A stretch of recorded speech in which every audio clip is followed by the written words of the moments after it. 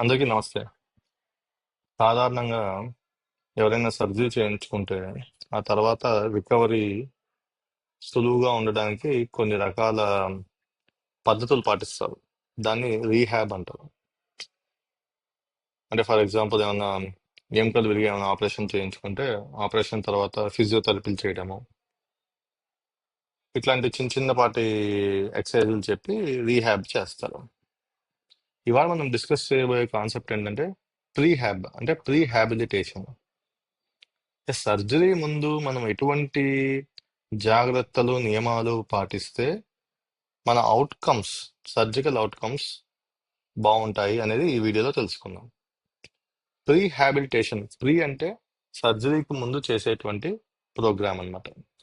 So మీ ఇంట్లో ఎవరైనా surgery చేయించుకుంటుంటే, లేకపోతే మీకు తెలిసిన వాళ్ళు ఎవరైనా సర్జరీ చేయించుకుంటుంటే, ఎస్పెషల్లీ ఎలెక్టివ్ సర్జరీస్ చేయించుకుంటుంటే సర్జరీ ముందు ప్రీహాబ్ చేసుకోవడం అనేది చాలా ఇంపార్టెంట్.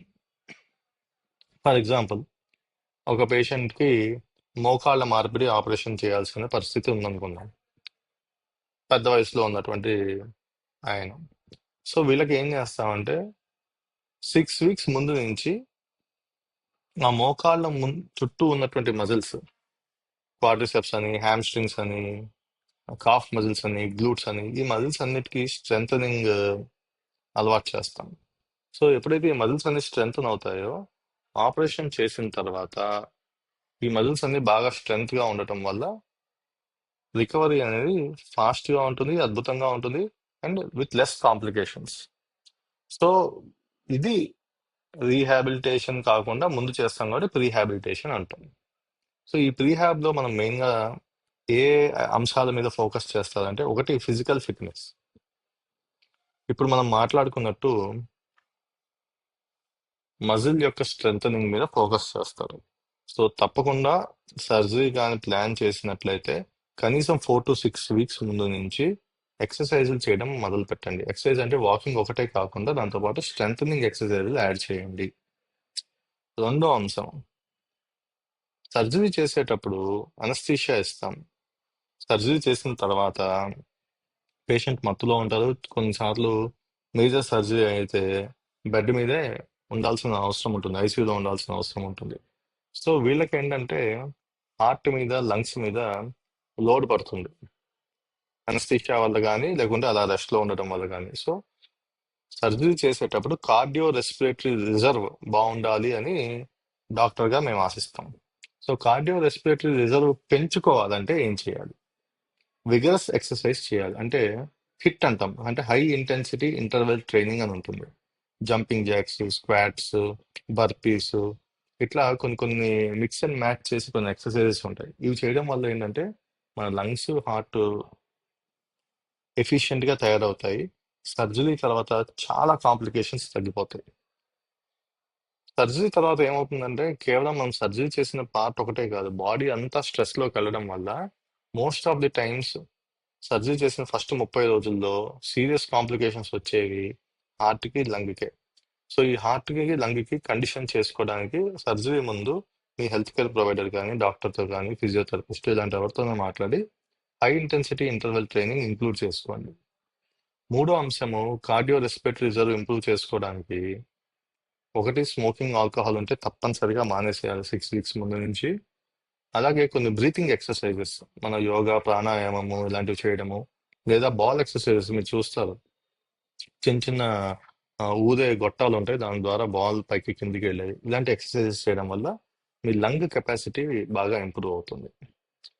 నాలుగో అంశం ఏంటంటే డైట్ అండ్ న్యూట్రిషన్. చాలా సార్లు మనం మర్చిపోతాం అనమాట. సర్జరీ అనగానే మనం ఆ టెన్షన్ లో డైట్, న్యూట్రిషన్ మర్చిపోవడము, దిగులుగా ఉండడం ఇలాంటివి చేస్తాం. సో తప్పనిసరిగా సర్జరీ చేయాలి అనుకొని డిసైడ్ అయితే మీరు మీ డాక్టర్ గారితో మాట్లాడి ప్రోటీన్ ఇంటేక్ పెంచండి. ప్రోటీన్ ఇంటేక్ పెంచడం వల్ల మజిల్స్ బాగా స్ట్రెంగ్తన్ గా ఉంటాయి. సో పోస్ట్ ఆపరేటివ్ రికవరీ మరియు అలాగే కాంప్లికేషన్స్ తగ్గుతాయి అన్నమాట. ఇంకో వెరీ ఇంపార్టెంట్ ఆస్పెక్ట్ ఏంటంటే సైకలాజికల్ ప్రీహాబిలిటేషన్. సో మెంటల్ స్ట్రెంగ్ అనేది చాలా చాలా చాలా ఇంపార్టెంట్. సర్జరీ అనగానే అనేక సార్లు మనిషిలో రకరకాల ఆలోచనలు, బాధ, నాకే ఎందుకు ఇలా జరిగింది, ఆపరేషన్ తర్వాత అంతా సక్సెస్ఫుల్గా నేను బయటికి వస్తానా, అసలు మళ్ళీ ఈ పెద్ద మొత్తం నుంచి నేను బయటికి వస్తానా, ఏం జరగబోతుందని రకరకాల ఆలోచనలు మనిషి మెదడులో నడుస్తూ ఉంటాయి. సో సర్జరీ ముందు మెంటల్ స్ట్రెంగ్ అనేది చాలా ఇంపార్టెంట్.